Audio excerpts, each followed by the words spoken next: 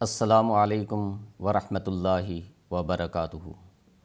ناظرین کرام، ایک بار پھر ہم تجوید القرآن کلاس کے سلسلہ میں آپ کی خدمت میں حاضر ہیں۔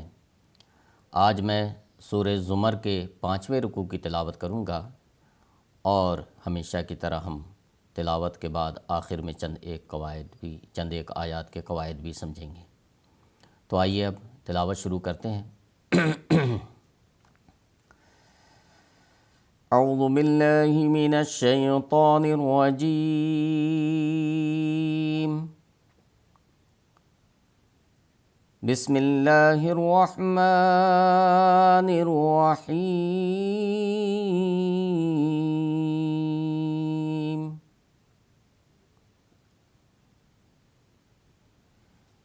اللہ یتوفی الانفس حین موتها والتی لم تمت فی منامها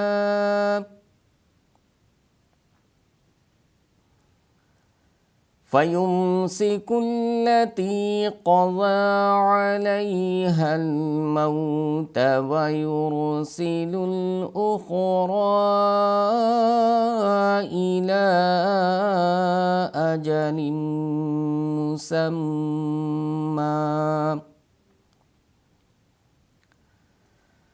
إِنَّ فِي ذَلِكَ لَآيَاتٍ لِقَوْمٍ يَتَفَكَّرُونَ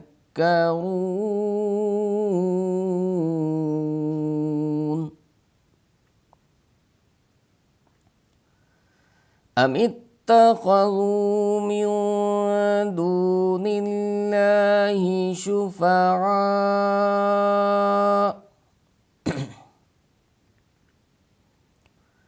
قُلْ أَوَلَوْ كَانُوا لَا يَمْلِكُونَ شَيْئًا وَلَا يَعْقِلُونَ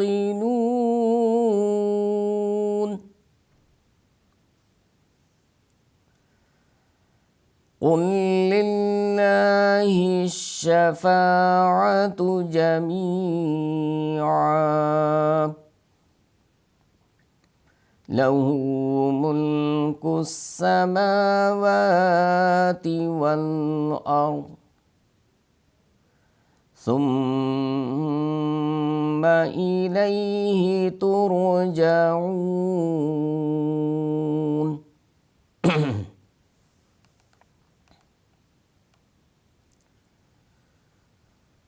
وَإِذَا ذُكِرَ اللَّهُ وَحْدَهُ اشْمَأَزَّتْ قُلُوبُ الَّذِينَ لَا يُؤْمِنُونَ بِالْآخِرَةِ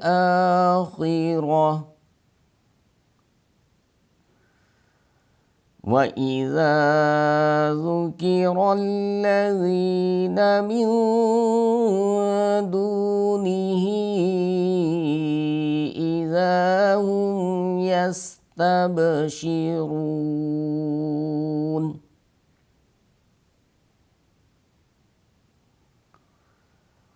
قُلِ اللَّهُمَّ فَاطِرَ السَّمَاوَاتِ وَالْأَرْضِ عَالِمَ الْغَيْبِ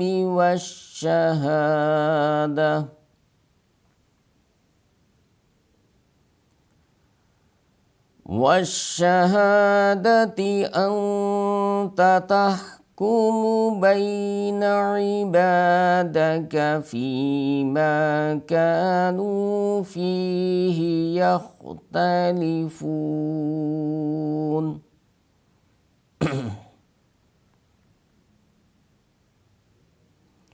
وَلَوْ أَنَّ لِلَّذِينَ ظَلَمُوا مَا فِي الْأَرْضِ جَمِيعًا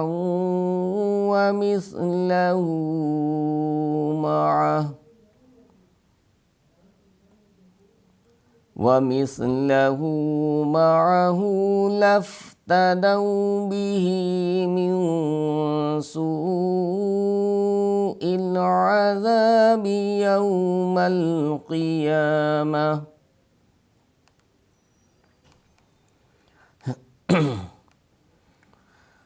وبدا لهم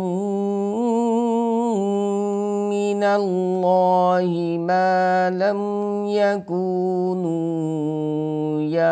يحتسبون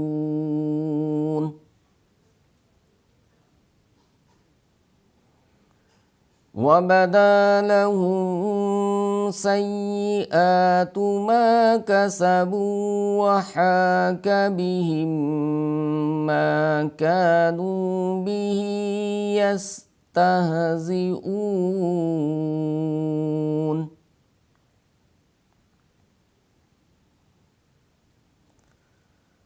فإذا مس الإنسان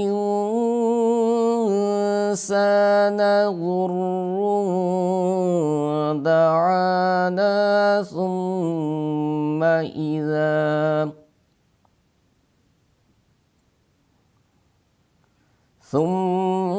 إذا خولناه نعمة منا قال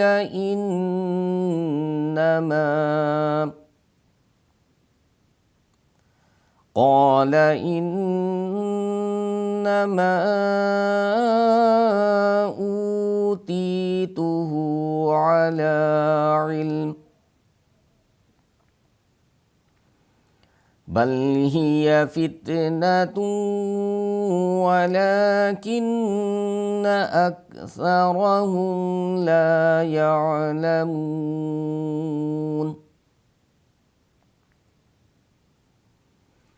قد قالها الذين من قبلهم فما أغنى عنهم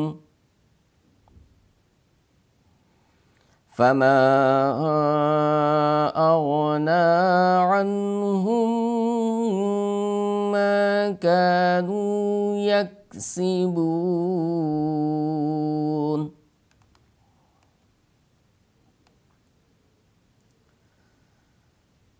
فأصابهم سيئات ما كسبوا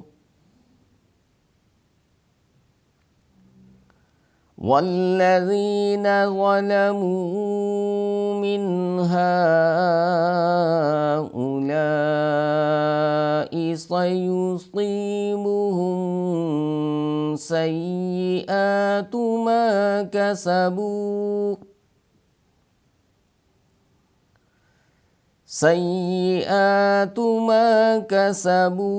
وما هم بمعجزين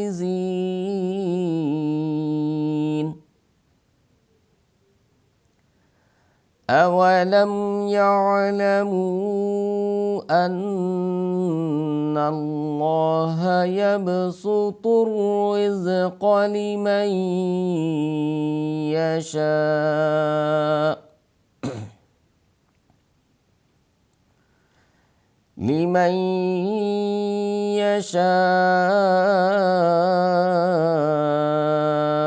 ويقدر إن في ذلك لآيات لقوم يؤمنون.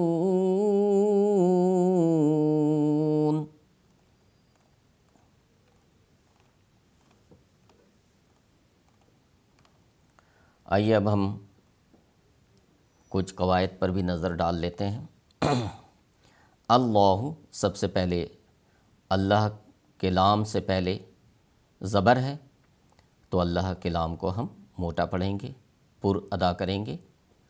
قاعدہ کیا ہے کہ اللہ کے لام سے پہلے اگر زبر یا پیش آئے تو اللہ کے لام کو ہم پر کرتے ہیں۔ اگر اللہ کے لام سے پہلے زیر آئے تو اللہ کے لام کو باریک ادا کیا جاتا ہے۔ تو چونکہ اللہ کے لام سے پہلے یہاں فتح ہے، زبر ہے، اس لیے ہم اللہ کے لام کو پر ادا کریں گے۔ کیسے؟ اللہ، یہ پر ہوا، باریک کیسے؟ اس طرح سے ہم پر ادا کریں گے، اللہ، اللہ نہیں، اللہ۔ اور کسی بھی حرف کو پر کرنے کے لیے ہمیں زبان کو اٹھانا ہوگا اور ہونٹ کو کچھ حد تک گول کرنا ہوگا۔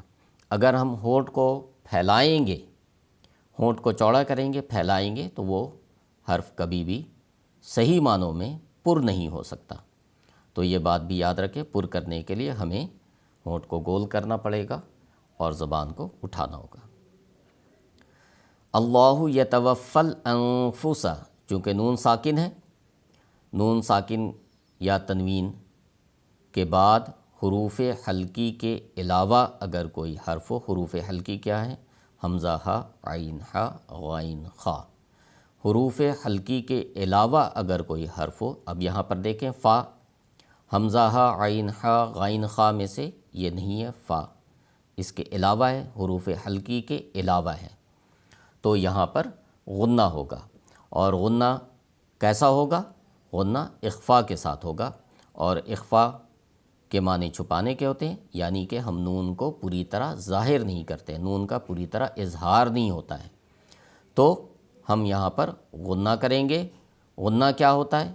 غنہ یہ ہوتا ہے کہ ایک الف کے برابر جو ہم کھینچتے ہیں تو اسی مقدار میں، اسی قدر ہم ایک الف کی تاخیر کرتے ہیں، تو یہ غنہ ہوتا ہے۔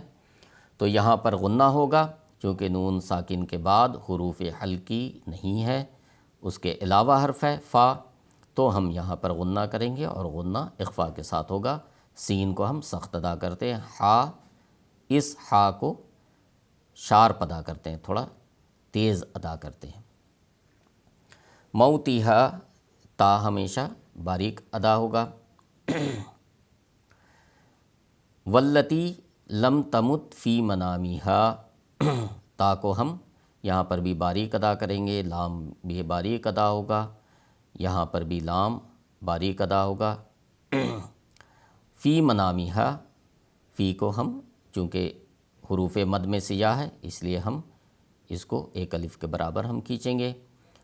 پھر اسی طرح ہم دیکھیں کہ نون کے بعد الف ہے، اس کو بھی کھینچا جائے گا، اور ہا کے بعد الف ہے، ہم اس کو بھی کھینچ کر یہاں پر وقف کریں گے۔ یہ دھیان رکھیں کہ جہاں صرف فتح ضمہ کسرہ ہو، زیر زبر پیش ہو، تو وہ حرف کو ہم جلدی ادا کریں گے، اس کو نہ کھینچیں۔ فیمسک اللتی، قضا قاف پر ہوگا، اور ضاد بھی پر ادا ہوتا ہے، قاف بھی پر ہوگا اور ضاد بھی پر ہوگا، ٹھیک ہے؟ تو ضاد کو بہت اچھی طرح ادا کریں، کنارہ زبان داڑھ سے مل کر ضاد ادا ہوتا ہے۔ اس کا مخرج ہے کیا؟ ضاد کا مخرج کیا ہے کہ کنارہ زبان داڑھ سے مل کر ضاد ادا ہوتا ہے، ٹھیک ہے؟ تو اس کو اپنے مخرج سے ادا کریں۔ علیہ الموت ویرسل الاخری، اب یہاں پر دیکھیں را سے پہلے، چونکہ را ساکن ہے، اگر را پر زبر یا پیش ہو تو ہمیں اس سے ما قبل حرف کو دیکھنے کی ضرورت نہیں ہے۔ جب را ساکن ہو تو ہم ما قبل حرف کی حرکت کو دیکھیں گے۔ اگر ما قبل حرف کی حرکت جیسے یہاں پر پیش ہے تو ہم اس کو پر کریں گے، را کو پر کریں گے۔ جب کبھی بھی را ساکن ہو اور اس سے پہلے زبر یا پیش ہو تو را پر ہوگا، اور اگر اس سے پہلے زیر ہو تو را باریک ادا کیا جائے گا۔ وَيُرْسِلُ الْأُخْرَى، اب چونکہ یہاں پر را پر پہلے ہی زبر ہے تو یہ پر کیا جائے گا۔ إِلَىٰ أَجَلٍ مُّسَمًّى، میم مشدد ہے تو میم مشدد کا دھیان رکھیں، جہاں کہیں میم پر تشدید ہو اس پر غنہ کیا جاتا ہے۔